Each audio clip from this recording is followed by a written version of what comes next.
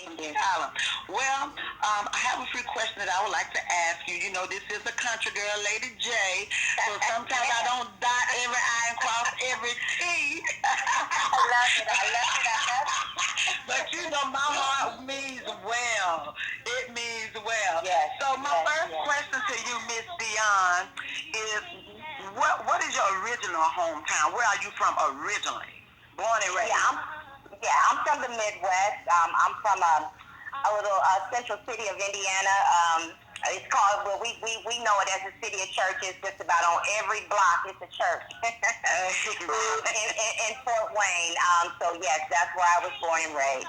Amen. Well, I think a lot of these areas down here could be called City of Church because I declare we in Lake Wales and there's about one on every corner here, and you go to Winter Haven and Tampa, this is everywhere. But anyway, we're so excited to have you on. Now, how many siblings is in your family? I'm an only child. Child, girl, you somebody special. Oh, yes, I am. Oh, I love your energy. I love it. Girl, I tell you, I don't know how to feel. I'm from a family of 14, and Wow. so when you say one, I'm like, Yeah. I know you just got all that little special attention, which is good. My dad had other children, but between him and my mother, I'm the only one. Yeah. Well, God bless you. God bless you. It still don't take nothing from you. Well, I have another question. Now, where did the root of your jazzy tone of music come from? I come from a musical family. They just connoisseurs. They just,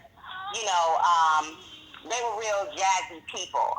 My dad, he was R&B funk, but they had a little jazz snap to them. And I think I was just kind of raised in that background to really enjoy and appreciate good music. And so that just became a genre that I kind of fell in love with. And, I like that jazzy snap. I just love it. Amen, amen. Well, sometimes, just to hear a little of this and hear a little of that, it just makes it all, all the flavors just kind of make a special blend. And you have that brassy, jazzy tone to your voice, which is beautiful. Thank you. Now, how old was you when you started singing? Oh, around 6 years old, 5, 6 years old. I started singing. Me and my cousin, we would always be the entertainment, around the family back in the day. And, it just kind of, I guess it was always in my heart to kind of want to do as a child. And I just kind of took it from there. But, 5, 6 years old, actually singing. Yeah. Well, I know at 5 and 6 years old, you wasn't on this level and doing what you're doing. So now, tell me, was it in the church, the schoolhouse, or where? Well, yeah, Lady J, like I said, I did it in the family. I did it at the church. I did school talent shows, and I went on, and here I am. But it's been all around. I've been in clubs singing. Just to be real, I've done clubs, church, school. All kind of platforms. Amen, amen. Well, I tell you, you can't run from your roots too long. He gonna always bring you back. Yeah, well, I enjoy singing for the Lord more than I do anything. That's what I want to do. Amen. Well, praise God, praise God. Truly, we need more singers on this side, honey. Yes. Well, let me ask you something. I know that you've been to different talent shows. Is there any particular awards that you won or was recognized for?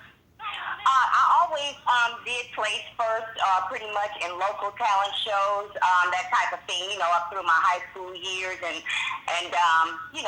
things like that. But there was one in particular that I went to, back in the '80s, which now people are going to talent shows, Sunday's Best and America's Got Talent. But back in the '80s, it was Star Search.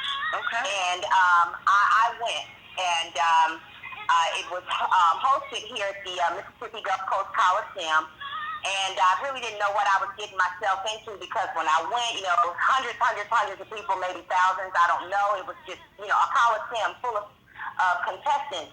and I did place in the top 10, and and they did tell us, only 10 of you, will, go to the top 10, and we're gonna be here all day auditioning, and to my surprise, just seeing all of those people, I actually came down to the top 10, and I was awarded for my stage presence and my singing, and I was really inspired from that point to know that I can really, really, really reach my goals in this thing. I can do this thing. I just got to do it. Amen, amen. Well, I'm just happy for you. Like you had an amazing journey. Growing up through your younger years up to where you are now. God bless you. Now, are you affiliated with any other music workshops at the present or in the past? The Gospel Music Workshop of America, of course, and I have done several music productions with a couple of different labels, but they've all been independent, and I'm really, really reaching towards a more renowned major label to, pretty much take my music to its height and to greater levels, and so that I can spread my message, throughout the world and nationally, internationally. That is, what I want to do with it. Amen, amen. Well, I noticed that the song So Amazing Love, I mean, when you listen to it and the jazzy feel that it has, it kind of puts you in the feel too, like, when they try to find songs for couples, for banquets and things of that nature, to kind of calm the atmosphere a little, but still keeping it Jesus and sweet. Yeah. That's one of them songs that just kind of, it just fits, it fits right into place. But now, why do you write songs about love? Right. I'm glad you asked me that, Lady J. I feel like ever since I began writing music, my message has been about love, and it was because it was a rescue for me. I think as a young little girl, you look out and you see this image or this picture portrayed image of love and what it's supposed to look like. However, as you transition from a girl to a woman, you quickly see that was a picture, that was displayed, but that's not what love really is. And I was quickly forced to, realize or get into the reality that that's not love.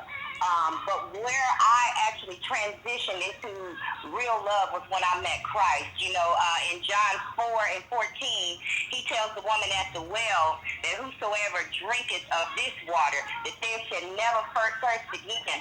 And in a natural being, I know that you would say, well, how can you say I'll never be thirsty again in the natural man? But if you allow the spiritual man to connect with the love of Christ, it'll spill over into that natural man, and you'll begin to understand how to love yourself. You'll begin to understand who you really are, your own self-value, your own self-worth, and you'll begin to project that out. It comes outward, from inwardly, outwardly, and you just become this beautiful person that other people may not understand or may not have realized who you really were. And that's where you begin to set those boundaries and understand where love is and how to give love, how to receive love, but, more so you understand how real love really feels. And ever since I made that connection with Christ, I wanted that to be my message. And so I believe in worshiping God in the groove. So that's it, Lady J. I like to groove with it, girl. I like to groove with it. So, I don't care what platform God gives me. I don't mind sharing that message or my style. I just want to be original, but I want to be real with it, Amen, amen. Well, there's no real love like the love of Jesus. Come on, and I tell you, we need more of that throughout this land and country. And I tell you, I'm so excited that we have someone like you who, you're trying to emphasize more on his love.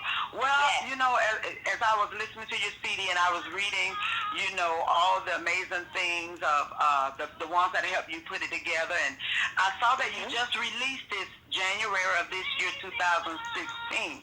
So my question to you is, what is your goal or project now after producing this single? What's next for you? I am looking for the right connection, Lady J. I am, like I said, wanting to connect with the major label. more so than the independent labels that I've been working with, so that I can get my music on a much higher pedestal and into a much broader audience. I have great plans and goals that I want to reach, concerning my music ministry. Amen, amen. Well, we're going to be praying that God will open that door. And I was just telling someone today as I was leaving work, she was mentioning something to me about her children. I work with children at the high school. And I said, she said, oh, you here? I said, yes, I'm here. She said, now keep a lookout for my child.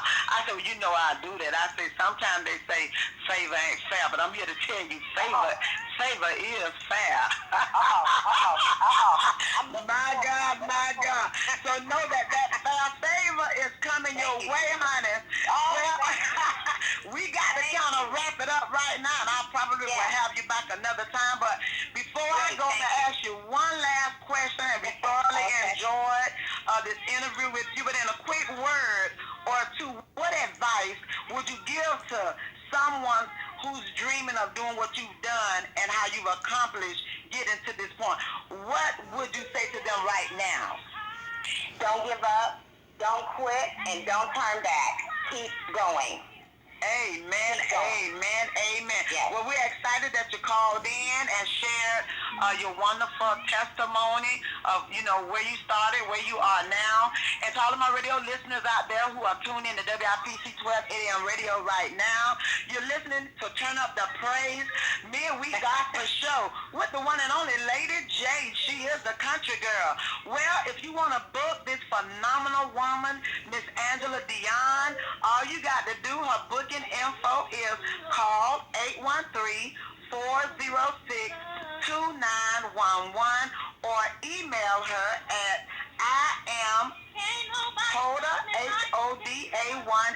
hoda1 Booking information again, call 813-406-2911 or email iamhoda1 We love you, Miss Dionne, and you have a blessed day. And we love you. Continue to keep serving this amazing God that we serve and love. Praise God. Thank you again, ladies. Amen. Take care. Bye-bye. Bye-bye. Hello, caller. You on the air.